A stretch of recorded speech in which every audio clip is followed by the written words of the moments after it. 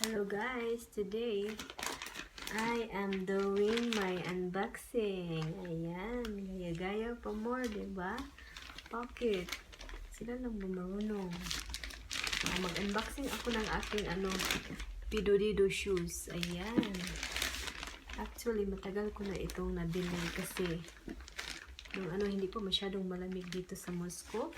Ayan, nag-sale kasi siya ng 50% off. So, ako naman, ayan, tumakbo ako guys, dali-dali sa tindahan kasi baka maunahan ako.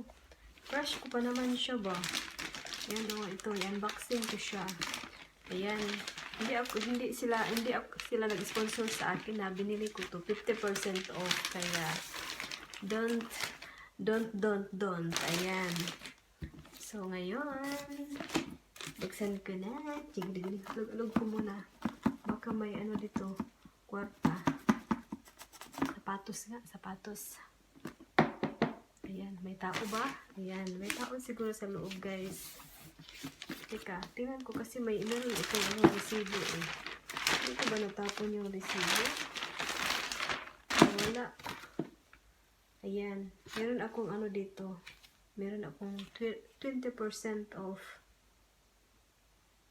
Yeah. 20% off hanggang Oktubre 2000. Ano ba ni pagbasa? Ay, di ko magbasa ang yan. Teka lang ha. October 25 to September 25 to November 15. I can use this one until November 15. Tama-tama guys. Black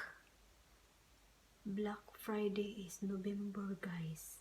Sana all meron tayong pang shopping, di ba? Abangan nyo guys pag Black Friday, maraming sale. Pero I know wala na tayong pang shopping guys, kaya mag-wait tayo na meron tayong pang shopping. O di ba bongga? Ayan, buksan ko na ang box ko ha. Ayan. Buksan ko na si Fidodido ko kasi excited na ako guys na makita nyo ang aking Fidodido. Ayan, ang kanyang box. Baka pambata ito.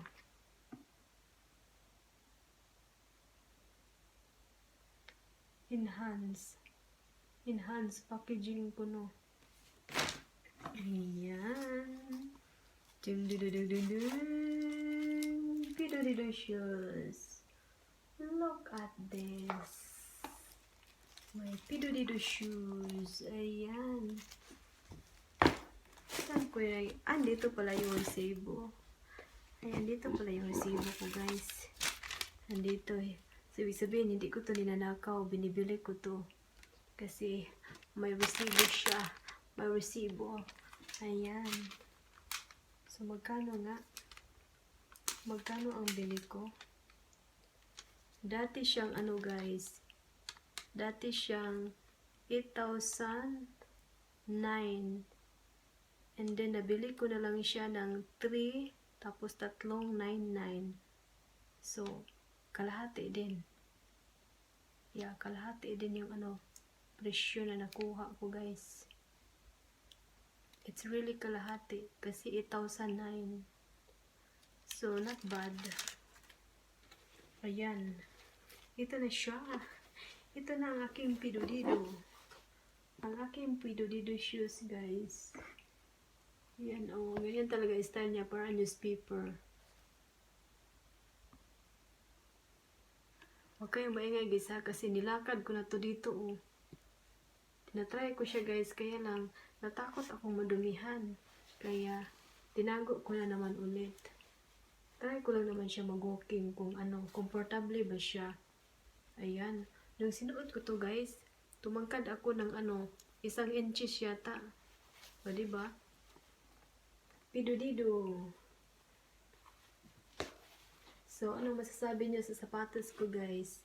Please mag-comment kayo sa sa baba dyan guys, kung anong masasabi niyo sa aking Fidodido na shoes. Kung pasado ba sa style niyo guys. Ayan. New style. Aray. New style. Nadumihan siya dito konti guys kasi nilakad ko siya doon sa ano baba.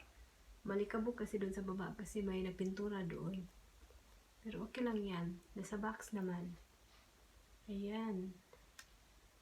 Ayan. Hindi ko muna sa isuot guys kasi winter dito guys.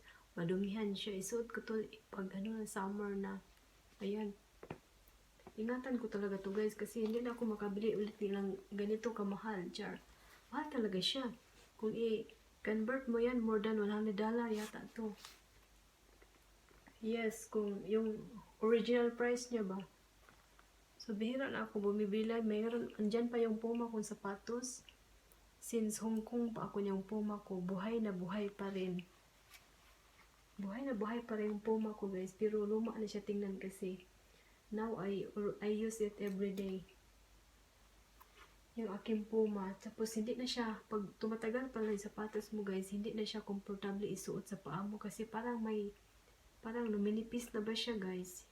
Masakit na sa ano, sa lapalapa ba yun? Masakit na siya. Ayan, ipakita ko sa inyo guys yung aking lumang Puma. Asan ka na Puma? Huwag kang magtampo Puma kung pinalitan na kita ha. Ayan.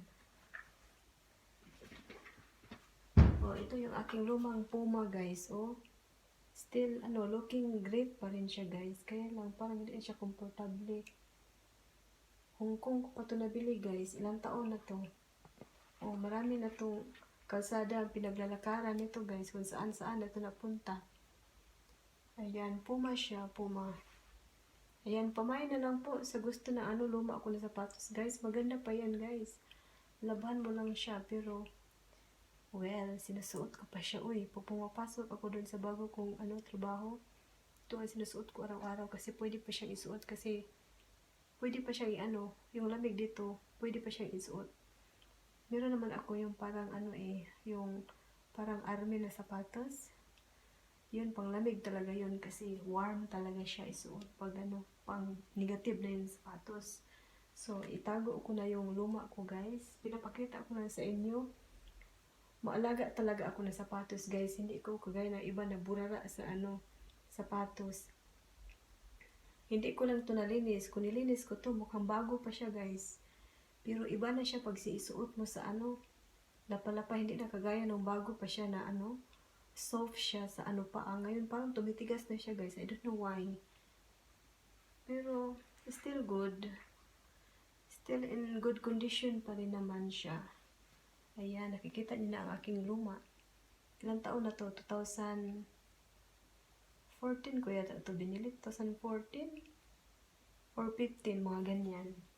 Sa Tongchung ko to binili sa Hong Kong, malapit sa ano, malapit sa airport ng Hong Kong doon kasi nag-sale din ito nung binili ko guys. Mahilig ako sa sale talaga, kuripot ako sa sarili ko ganun ako, mahilig talaga ako sa sale. Kaya ayan, yes, meron akong bagong katandem, bagong sapatos ng bayan. Ayan, si Tomas. Si Tomas, ang size niya is 36. Pero 35 lang ako guys. Pero pinili ko 36 kasi madali siyang isuot kasi pag medyo maano ng konti. Try ko ha. Para makita nyo. Try ko siya. So that I will be the model. The model. Aray. Makapal kasi yung medyas na sinuot ko. Ayan, makita niyo na ang aking sapatos, guys. Ayan, ang aking sapatos. Mas mariusip, gamodel pa ang paa nga. Iyan na din ha. Oh, bongga, diba? Nagmodel ako ng sapatos ha, hindi pa ako. Oh, sapatos lang yung pinapakita ako. Sapatos. Ang sapatos ni Kikay. Oh, bongga, diba? I like the style. Yan, paikag pa more. Huwag kayong maikag guys. Magtrabaho kayo para makabili din kayo. Joke lang, uy. Ay, natuwa lang ako kasi ilang araw ko talaga itang binabalik-balikan doon. Sabi ko, kinakausap ko ito Sabi ko, kung ikaw ay mag-sale, Patay ka talaga sa akin, lagot ka. Meron pang isa mas maganda din yung kulay. Sana yung isa na medyo may black siya tapos puti. Mas attractive yun. Kaya lang, naunahan ako dun sa babae. Ito ang choices ko at saka yung may itim dito na ganito din ang style. Fidodido din siya. Ayan. Yan lang guys. Pinapakit ako lang yung sapatos ko. So please, paki-comment na lang dyan kung anong masasabi nyo sa napili kong Fidodido shoes. Ayan. Lang kayo, magsulat lang kayo dyan guys kung anong masasabi nyo sa aking Fidodido na sapatos. Ayan, pamay na lang guys. Hindi ko to isi-sell ulit. Kasi akin lang to. Ayan, ito lang po. Yan lang po.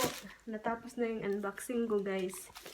Kaya, mag-comment na lang kayo guys kung ano masasabi nyo sa aking bagong sale na sapatos. Ayan. 1 month ago na to ko na to nabili. 1 month and 15 days. Yeah. September ko pa siya nabili. September mga katapusan yata yun. Namula ako kasi mainit dito sa taas. Ayan, ito lang po ang aking vlog for today guys. And please, kung anong masasabi nyo dito sa aking sapatos guys, paki-comment na lang dyan guys sa comment section para malaman ko kung nagustuhan nagustuhan nyo yung bago kong Fidodido na sapatos guys. Ayan. Hindi man to LV or pang mga expensive dyan. Pero, pinaghirapan ko rin tong bilhin, no?